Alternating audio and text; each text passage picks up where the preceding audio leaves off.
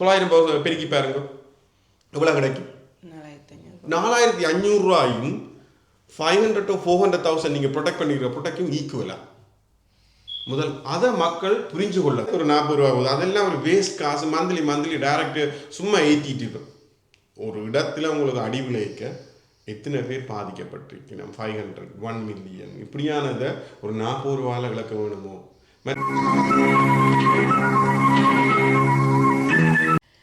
இப்போ நாங்கள் வந்து இன்சூரன்ஸ் செய்கிறோம். அப்போ நான் ஒரு ஃப்ரெண்டுக்கு சொன்னேன், இப்படி நாங்கள் இன்சூரன்ஸ் செய்கிறோம்னு சொன்னேன். இன்சூரன்ஸ் அதெல்லாம் பே கார்டு அது ஏன் கட்டுறீங்களான்னு சொல்லினோம். அதை வந்து பேங்கில் போட்டால் பேங்கில் சேர்த்தால் அது பேருந்து யோசனை பண்ணலாம் தானே. இதில் வந்து காப்புறுதியில் நாங்கள் செய்தால் எங்களை பிறகு எடுக்கலாமோ அல்லது அதில் ஒரு நம்பிக்கை இல்லைன்னு சொல்லி அதை நாடையில் அதை பற்றி நீங்கள் என்ன சொல்கிறீங்க? குட் கொஷன், நல்ல ஒரு கொஷன். நீங்கள் என்னட்ட ஆழமாக கேட்டிருக்கிறீர்கள். நான் உங்கள்கிட்ட ஒரு சின்ன கொஷன் கேட்கணும். நீங்கள் என்னட்டு கேட்குறதால இப்போ நீங்களே யோசிச்சு பாருங்க, மந்த்லி எவ்வளவு நீங்கள் இன்சூரன்ஸுக்கு கட்டுறீங்க உங்களோட ஃபேமிலிக்கு? நீங்களே சொல்லுங்கள். மந்த்லி வந்து நான் ஒரு 80 பவுண்ட் கட்டுறேன். சரி, உங்களோட ஃப்ரெண்ட் சொல்கிறீங்கள்னு சொல்கிறீர்கள். இப்போ மாதம் நீங்கள் 80 ரூபா படி சேமிச்சிங்கன்றால் எத்தனை மாதம் இருக்குது இங்கே யூகேல? 12 மாதம். யூகேல இங்கே என்னன்னா 12 மாதம், ஒரு வருஷத்தில் 12 மாதம். அப்போ அந்த 80 ரூபா படி நீங்கள் 12 மாதத்தையும் பெருக்கினீங்கன்னா எவ்வளோ சேமிப்பீங்க? 960 பவுண்ட்ஸ். 960 பவுண்ட். இதே நீங்கள் ப்ரொடெக்ட் பண்ணியிருக்கிற கவருக்கு எத்தனை லட்சத்துக்கு ப்ரொடெக்ட் பண்ணியிருக்க? நீங்களே சொல்லுங்கள், நான் சொல்ல தேவையில்லை. நீங்களே சொல்லுங்கள் எவ்வளோத்துக்கு ப்ரொடெக்ட் பண்ணியிருக்கிறீங்க? ஒரு 400,000க்கு ப்ரொடெக்ட் பண்ணியிருப்பீங்க. 300 எல்லாருக்கும் சேர்த்து பார்த்தா 500க்கு ப்ரொடெக்ட்.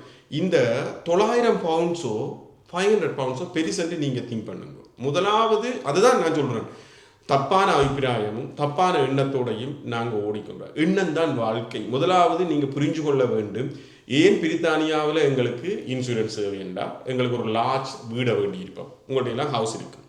இந்த 900 பவுண்ட்ஸை நீங்கள் மாதம் சேர்த்து 20 வருஷம் சேர்க்குறீங்கன்னு வைங்களேன். சரி, நீங்கள் ஒரு 5 வருஷம் சேர்க்குறீங்கன்னு வைங்க. 5 வருஷத்தில் 900 பவுண்ட் பெருக்கி பாருங்க எவ்வளோ கிடைக்கும்?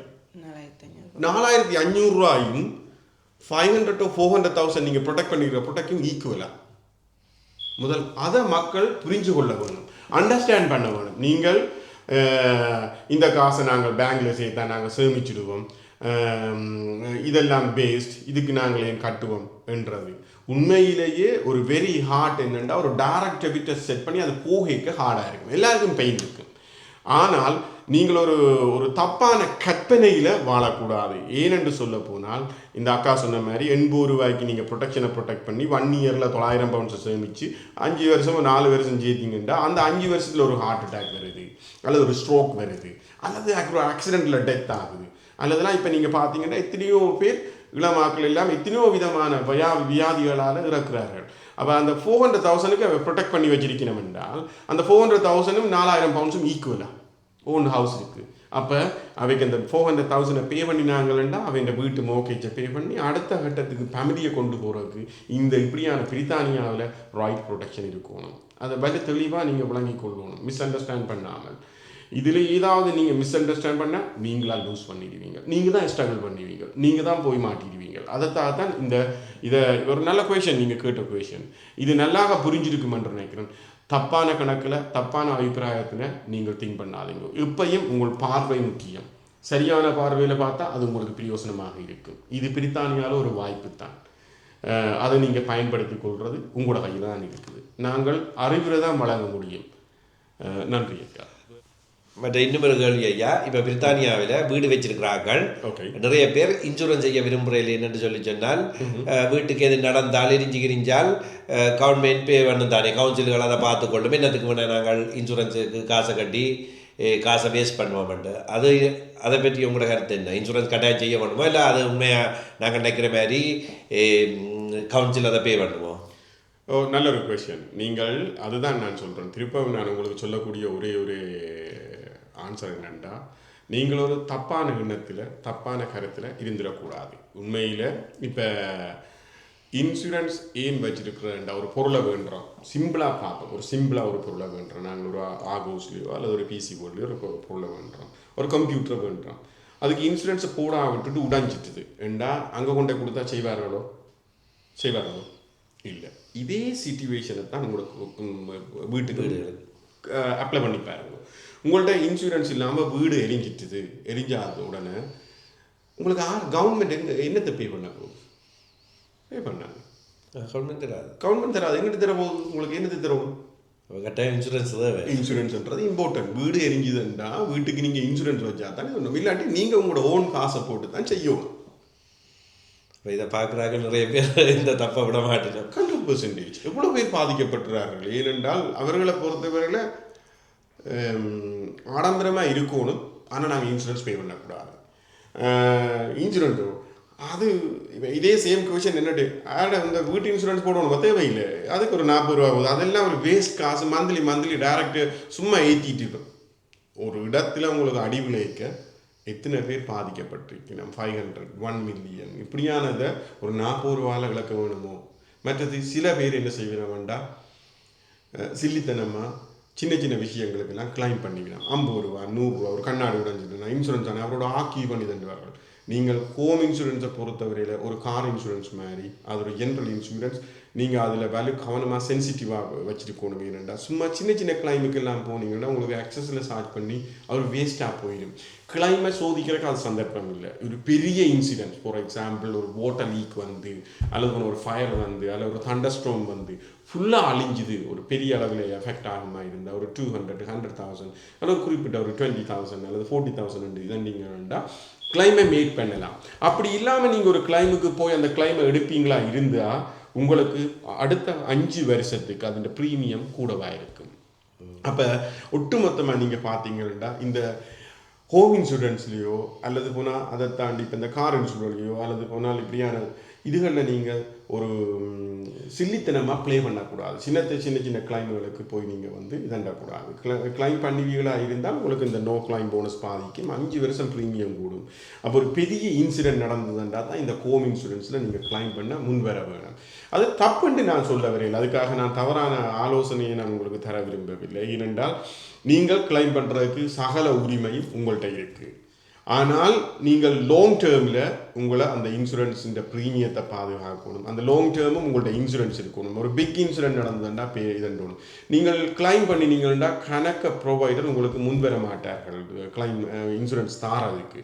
அதாவது டாப் 10க்கு இருக்கிறவையெல்லாம் அதுகள் எல்லாத்தையும் நீங்கள் வடிவாக யோசிச்சு, இதை விட உங்களுக்கு வெளியால் ஒரு இடத்துல நீங்கள் அந்த வேலையை செய்து முடித்து அதை சோர்ட் அவுட் பண்ணலாம். ட்ரை பண்ணி சோர்ட் அவுட் பண்ணணும். இப்போ அன்னைய கொஷனை தாண்டி நான் வெளியால் வந்து கொஞ்சம் விளக்கம் தாரேன். இப்போ அவர்கிட்ட கொஷன் வந்து மெயினாக இருக்குது என்னென்னா, இன்சூரன்ஸ் எதுவுமே போட தேவையில்லை, எங்களை கவர்மெண்ட் பார்த்து கொள்ளும் தானே அல்லது பெனிஃபிட் பார்த்து கொள்ளும் தானே என்று சொல்லி இந்த இன்சூரன்ஸ் எரிஞ்சுதண்டா அல்லது ஒரு ஓட்டலிக்குனா ஒருபோதும் அது போய்க்காது. அதை நம்பி நீங்கள் இருக்காதீங்க. உங்களோட உடமை நீங்கள் சேர்த்த பொருள் நீங்கள் தான் பாதுகாக்க வேண்டும், நீங்கள் தான் அதை ப்ரொடெக்ட் பண்ண வேண்டும். ஆனால் நீங்கள் பெனிஃபிட் என்று போனால் உங்களுக்கு தெரியும். பெனிஃபிட் இங்கே எல்லாரும் எடுத்திருக்கக்கூடியார்கள் தெரியும். அந்த சர்க்கன்சாம் உங்களோட ஃபைனான்ஸ் சர்க்கன்சாம் செக் பண்ணி அதுக்கேற்ற மாதிரி தான் அவர்கள் உங்களுக்கு அந்த பெனிஃபிட்டை தருவார்கள். அது உங்களோட நாளாந்த வாழ்க்கையை கொண்டு நடத்துவதற்காகத்தான். வீட்டுக்கும் இதுக்கும் எந்த சம்மந்தமும் இல்லை.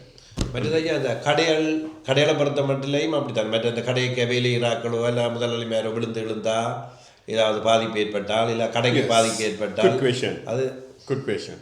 இப்போ கடையில் நீங்கள் கடைக்குரிய ஒரு கடையண்டா, இப்போ எங்களை தமிழாக்கள் கூடுதலாக ரன் பண்ணுறது தமிழ் கடை, அவைக்கு நீங்கள் ஷாப் இன்சூரன்ஸ் வச்சுருக்கணும். அதுலேயும் கண்டென்ட் இன்சூரன்ஸ், பில்டிங் இன்சூரன்ஸ் செப்பரேட்டாக இருக்குது. பில்டிங் இன்சூரன்ஸ் லேண்ட்லோட் செய்யணும்.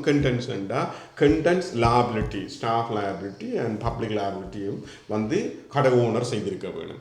அப்போ அந்த கடை ஓனர் அந்த இன்சூரன்ஸ் இல்லாத பட்சத்தில் அந்த கடையில் ஏதாவது ஒரு இடத்துல விழுந்து ஒரு ஆளுக்கு கால் உடைஞ்சா, கை உடைஞ்சா அல்லது ஏதாவது நடந்தால் அல்லது களவு நடந்தால் கூட அந்த இன்சூரன்ஸ் இல்லாட்டி அதுக்கு அவர் தான் பொறுப்பாளியாக. ஒரு கிளைண்ட்டு விழுந்துதண்டா, அவர்கிட்ட வர கஸ்டமர் விழுந்து உடைஞ்சு நாளைக்கு அவர் போய் கிளைமை மேக் பண்ணுவாருண்டா, ஒரு இதால் ஒரு லம்சமான மணி அவைக்கு கொடுக்க சொன்னால் கொடுத்து தான் ஆகணும். அவருடைய இன்சூரன்ஸ் இல்லாட்டி கையால் பே பண்ணி தான் ஆகணும். அப்போ அப்படியான ஒரு பிள்ளையை நீங்கள் விடாதீங்கோ. இன்சூரன்ஸ் இல்லை என்று நீங்கள் நினைச்சிங்கன்னா இன்றைக்கு ஒரு ஆலோசகரை நாடி அல்லது நீங்கள் ஒரு சரியான ஒரு இதை எடுத்து நீங்கள் அதை ப்ரொடெக்ட் பண்ண பாருங்க. நீங்கள் இதை அலட்சியமாக விட்டீங்கன்னா பெரிய தொகையை இழக்க வேண்டி வரும். அது உங்களுக்கு தான் பாதகமாக அமையும். அதால் இப்போ ஒரு ஸ்டாஃபுக்கு ஒரு ஆளுக்கு வந்து ஒரு கத்தியால் குத்தினோன்னா உங்களுக்கு ஸ்டாஃப் லாபிலிட்டி இருக்கணும். இருந்ததுன்னா அது உங்களுக்கு ஹெல்ப் பண்ணும். அப்படியான நிறைய விஷயம் இந்த சொப் இன்சூரன்ஸ் சம்பந்தமான அதுக்கு நாங்கள் பரிந்துரை செய்வோம், ரெஃபரல் செய்வோம். அந்த அவர்கள் வந்து உங்களுக்கு மேலதிகமான பூரணமான விளக்கங்களை தருவார்கள். அதுலேயும் நீங்கள் சொப் இன்சூரன்ஸில் நெக்லியன் கேலஸாக இப்போ ஒரு டெலிவரியை கொண்டாடுறோம், நல்லபடியாக புரிஞ்சு கொள்ளணும். ஒரு டெலிவரியை கொண்டாடுறோம், டெலிவரியை நீங்கள் சும்மா நிலத்தில் எல்லா இடத்துலையும் பரவி எந்த நேரமும் வச்சிருக்கிறாது. அதால் அவர்கள் விழலாம், அதால் விழுந்துச்சினோம்னா அது உங்களோட கேலஸ், அதால் இன்சூரன்ஸ் இருந்தாலும் கவர் ஆகாது. அப்படியான நெக்லியன்ஸான சந்தர்ப்பங்கள்லையும் நீங்கள் லூஸ் பண்ண வேணும். அதனால் உங்களுக்கு தெரியும் ஒரு குறிப்பிட்ட இதுக்கு ஒரு வெள்ளம் என்றால் அதுக்குரிய சைனை முன்னுக்கு வைக்கணும், அல்லது ஒரு டெலிவரியில் அதுக்கு முன்னால் ஒரு சைனை வைக்கணும். இந்த ஏரியாவில் இவ்வளோத்தில் டெலிவரி செய்கிறோம் என்று சொல்லி ஒரு அறிவு பலகையோட நீங்கள் வைக்கணும். அந்த சைனை வச்சா தான் அவர்கள் பார்ப்பார். அது இல்லாமல் நீங்கள் அவர் தடக்கப்பட்டு விழுந்து இதண்டாருண்டா அது உங்களோட கேலஸ், அந்த இன்சூரன்ஸும் கவர் ஆகாது. அதனால் நீங்கள் நல்ல தெளிவாக இருக்கணும். நீங்கள் முதல் எடிகேட்டடாக இருக்கணும். ஒரு கடையை ரன் பண்ண முதல் என்னென்ன எங்களுக்கு கான்சிக்வன்சஸ் வரும்ன்றதை நாங்கள் முதல் புரிஞ்சு கொள்ள வேண்டும். அதுக்கு பிறகு தான் அதை நாங்கள் எங்களை ப்ரிப்பேர் பண்ணி எங்களை தயார்படுத்தி சும்மா ஓடுற நீட்டில் எல்லாரும் ஓடலாமென்று ஓடக்கூடாது. அது பின்னுக்கு ஒரு பாதகமான விளைவை கொண்டு வரும். அப்போ நீங்கள் எப்பயுமே பெர்ஃபெக்டாக இருக்க பார்க்கணும். என்ன டாக்குமெண்ட்ஸ் இருக்கோ, இப்போ அந்த லைசன்ஸுகள் எல்லாத்தையும் நீங்கள் சரியான முறையில் எக்ஸ்பைர்ட் ஆகாமல், அப்போ அதுக்குரிய ஆக்களை நீங்கள் ஒரு பிஸியானால் ஒரு 4-5 கடை வச்சிருக்கிறாள், ஃபேமிலி எல்லாத்தோடையும் இருக்கிறாங்க, அதுக்குரிய ஒரு ஆலோசனைகளை அரேஞ்ச் பண்ணி விட்டீர்கள், அவர்கள் அதை பார்த்துக்கொள்வார்கள். அப்பப்போ அவர்கள் உங்களை நினைவூட்டுவார்கள். இப்போ என்னோட நிறைய சொப் இன்சூரன்ஸ் கிளைண்ட் இருக்கிறார்கள், அவர்களை நான் ரிமைண்ட் எங்களோட கம்பெனி ரிமைண்ட் பண்ணும், அதை விட நான் அவர்களை அடிச்சு ரிமைண்ட் பண்ணுவேன். அதனால் இப்போ என்னை விட்டுட்டு சீப்பண்டு சில வெளியால் போனவர்களும் கூட பொலிசியை லாஸ் பண்ணி கிளைமை மிஸ் பண்ணி திரும்ப வந்திருக்கிறார்கள். இதெல்லாம் உங்களுக்கு அதான் நான் சொல்கிறேன். இந்த பிரித்தானியாவை பொறுத்தவரையில் கனகன விதமான இது கூட நிறைய ஸ்ட்ரெஸ்ஃபுல்லாக இருக்கும். அதனால் நீங்கள் ஒரு ஆக்களை அழகாக செட் பண்ணி போட்டு அழகாக நீங்கள் பிஸ்னஸை நடத்தி கொண்டு போகிறதுக்கு வாய்ப்பு இருக்குது. எங்களை மாதிரியான ஆக்கள் இதுக்கு உங்களுக்கு ஹெல்ப் பண்ணி தருவீங்க. உண்மைக்கு இந்த வீடியோவை பார்த்து கொண்டிருக்கிறார்கள், உண்மைக்கு கட்டணம் நீங்கள் எதுவும் செலுத்த தேவையில்லை. ஐயாவோட தொடர்பு கொண்டு நாங்கள் இந்த நம்பர் போடுவோம், ஐயா டெலிஃபோன் நம்பர் போடுவோம். ஐயாவை தொடர்பு கொண்டு இப்போ இந்த சொந்த வீடு வச்சுருக்கிறார்களோ கடை வச்சுருக்கிறார்களோ நீங்கள் இன்சூரன்ஸ் செய்கிறீங்களோ இல்லையோ ஆலோசனையை கேளுங்க. ஆலோசனை கேளு. ஏன்னா வெளியில் உள்ள ஆக்கள் பலதரப்பட்ட ஆலோசனையாக சொல்லிவிடும். இது சம்பந்தப்படாத ஆக்கள் எல்லாம் தங்களுக்கு தெரிஞ்ச பண்டிதர் மாதிரி சொல்லுவீனம் ஆலோசனைகள். ஆனால் இது சம்பந்தப்பட்ட ஆக்கள்கிட்ட நீங்கள் கேட்டீங்களா தான் அதுக்குரிய நிறைவான விளக்கத்தை பெற்றுக்கொள்ள. எதுவுமே என்ன பொறுத்தவரையில் தகுந்த ஒரு ஆளை அணுகி நீங்கள் ஆலோசனை கேட்க வேண்டும். நீங்கள் சும்மா அவர் சொல்கிறார் இவர் சொல்கிறார் என்று சொல்லி உங்களை மாதிரி அந்த ஆலோசனைகளை கேட்டு அதை பின்பற்றாமல் அல்லது உங்களோட எழுந்த மானத்தில் ஒரு கற்பனையை உருவாக்கி நீங்கள் நடந்து கொள்ளாமல் தகுந்த இது இல்லை, கல்வியாக இருக்கலாம் அல்ல டாக்டராக இருக்கலாம், வேண்ட ஆலோசனையை நீங்கள் கேட்கணும். அதை கேட்டால் நீங்கள் ஆரோக்கியமான ஒரு நல்ல ஒரு வாழ்க்கை முறையை வாழக்கூடியதாக இருக்குது, பிரயோசனமாக இருக்குது. நன்றி ஐயா. பிள்ளைகளுக்கு போடையில அதே ஒரு நம்பிக்கை மாதிரி நம்பினோம்னு சொன்னால் பிள்ளைகளுக்கு போட்டால் பிள்ளைகளுக்கு வருத்தம் வந்துடும், ஆக்சிடென்ட் ஆகிடும் அப்படின்னு சொல்லி ஒரு நம்பிக்கையோண்டு வச்சிருக்கணும் கிடையாது. நீங்கள் ஒரு ஐயாவாயும் இருந்தோண்டு அதை அவைக்கு என்ன விளக்கம் கொடுக்க விரும்புகிறீங்க? குட் குவெஸ்சன் திஷாந்தி நீங்கள் கேட்டிருக்கிறது. உண்மையில் இந்த எமோஷனல், அதாவது இந்த